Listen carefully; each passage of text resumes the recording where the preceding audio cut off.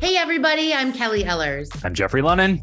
And this is Volume Up by TheTease. So we're going to start off with a couple of feel-good stories. The first one I was reading popped up on GMA, and where a mom was thanking a barber for creating a safe space for her son with Down syndrome. And the story sort of resurfaced. It was from a couple years ago, but Vernon Jackson, a cosmetologist and author, had an idea to raise money to donate haircuts to children with disabilities. And kind of the story goes on. This child was in his barber shop, and it was just so incredible how he sort of let the child run the show versus him, right? And accommodated that. So, as an industry, do we think about that? Do we think about kids that might have disabilities, special needs, maybe be on the spectrum, thinking about it's a very sensory overload experience, right? Yeah. And I thought it was an interesting topic to bring up. Yeah, I loved this story so much. And I mean, you and I are both guilty about this. On social, there's a bunch of different barbers that are doing like type stuff where they're really going the extra mile for kids that, have some differences. And it's always just like the most heartwarming thing, particularly because like barbering can be a little bit about bravado and like there's not always that space for like the heart. So when you see these stories like this one, it really tugs at something. I loved it. So shout out to Vernon in particular and all of the barbers and hairstylists out there that are going that extra step to make kids feel comfortable, because it can be such even when there's not these sort of sensory differences a lot. Yeah, I mean, it's so exciting to think about, people like Vernon and others that are doing stuff on social media in terms of posting about how they're making these accommodations. And like, certainly they should be, championed and all the power to them. We love to see it. It's so incredibly moving. It does make you wonder, though, if this isn't an opportunity for people that are not currently doing this kind of work to consider, being a little bit more mindful about their practices and the services that they offer and the times that they've got. So if they work with kids, maybe like they could brush up on some of the things that Vernon and some of the other successful barbers in this space are doing to sort of make it a little bit more of an inclusive space. I'd love to see that. And yeah, maybe there's going to be some orgs out there that are willing to take up this work. In the meantime, we've got people in these beautiful examples to look to, but I'd love to see if this could be something that would maybe be a little bit more widespread. So, a feel good to start our Monday. On our last episode, I talked with Frederick Fekkai. That's kind of all there is to say, but I'll go on. Provence-born and Paris-trained Fekkai opened his first groundbreaking namesake salon atop New York's Bergdorf Goodman department store in 1989. And during this time, he quickly became known for creating hairstyles on the catwalk, magazine covers, red carpets, supermodels, celebrities, you name it. In 1995, Fekkai created the prestigious hair care category with the launch of his product line, raising the industry standard from commodity to luxury by incorporating high-performance ingredients found in prestige skincare. So, he was kind of like the OG in the skinification of hair care. Really? In 2018, he reclaimed his namesake brand and relaunched Fekkai with a new mission. He's created a high-performance, clean collection of hair care that shatters any myths that clean products are less performative. Make sure you subscribe and rate and review. Follow us on Instagram, Facebook, Twitter, YouTube, and TikTok at Read the Tease, and send in questions to volumeup@thetease.com. This week, we're talking with Carlos Barreto. Carlos is an international marketing professional with extensive experience in building successful consumer businesses across multiple geographies. In the past 4 years, Carlos has successfully built a six-figure business with Cleverman, offering the most customized hair and beard color for men. Carlos is passionate about delivering customized solutions to consumers and is excited to continue to grow and innovate in this space. He also had things to say about my hair and beard color. So there's that. Don't miss the combo. I will not. Things that are a little bit spicy in the news, and which we will, get to some coverage that we've done on TheTease.com, is this whole writers/actors strike that is bringing Hollywood to an absolute standstill.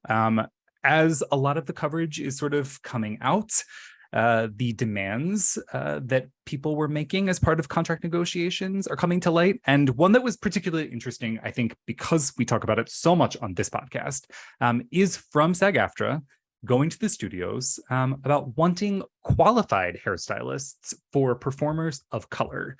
There's been longstanding issues that we are very well aware of and that guests have spoken to, wherein, TV and film productions don't necessarily bring in pros that know exactly how to work with all hair textures, and how this can be, particularly fraught for the performers who maybe don't have the best look because they don't have the best stylist for the job. And so SAG-AFTRA tried to make it a situation wherein this would be something to seriously consider. And it looks like studios agreed to top line performers getting this sort of service, this consultation with qualified hair pros.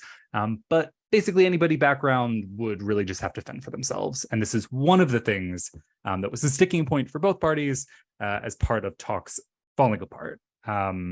Just devastating. This is not the only reason. There's a lot to do with AI, which we're going to talk about in a sec. But it's crazy that this is still something, that we're dealing with.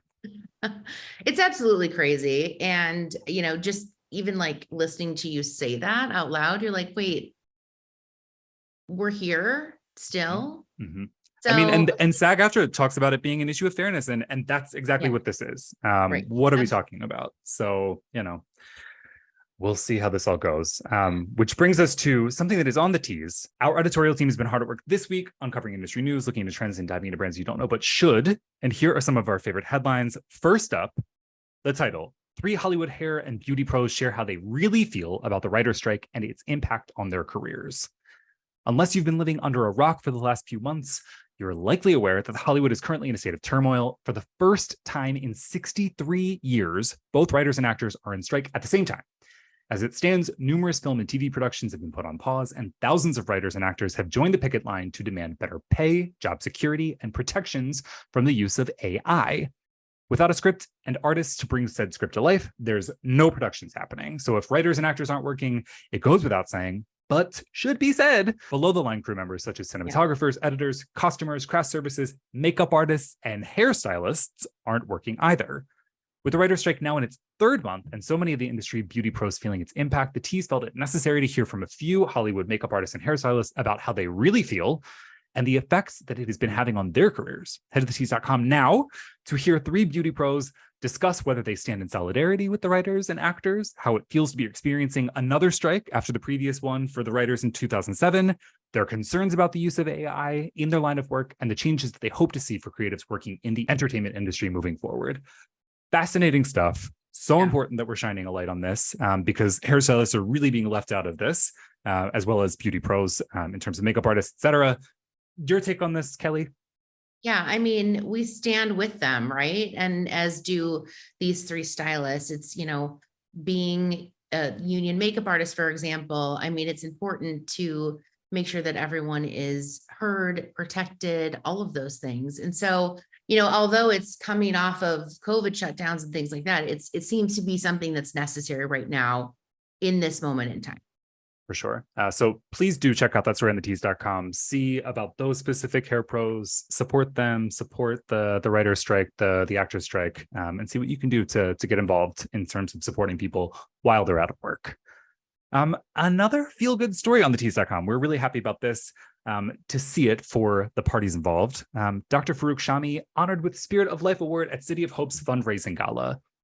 Congratulations are in order for Dr. Farouk Shami. The beauty executive who currently serves as chairman and founder of Farouk Systems Incorporated was recently honored at the City of Hope's highly anticipated Spirit of Life Celebration Gala.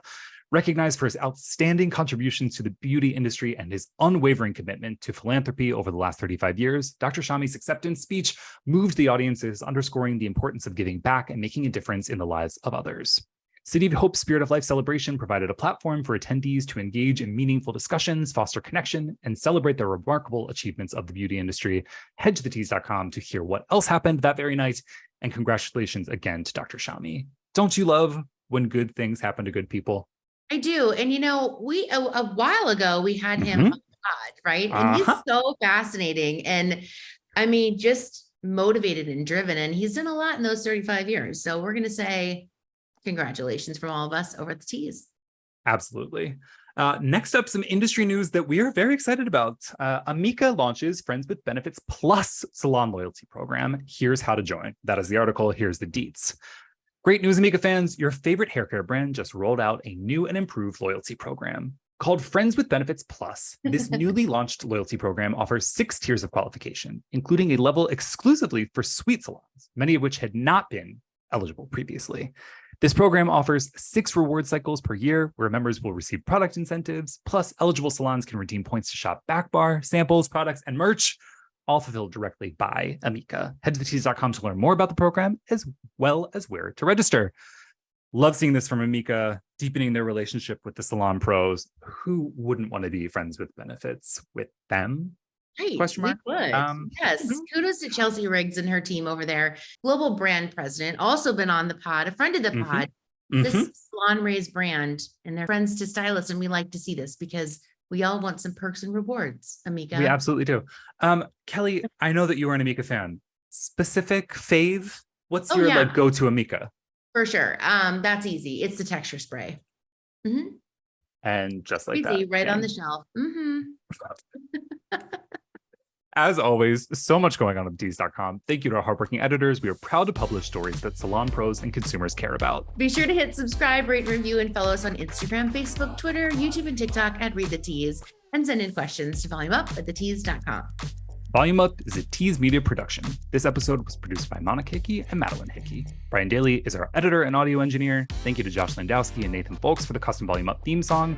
And thank you to our creative team for putting together the graphics for this episode.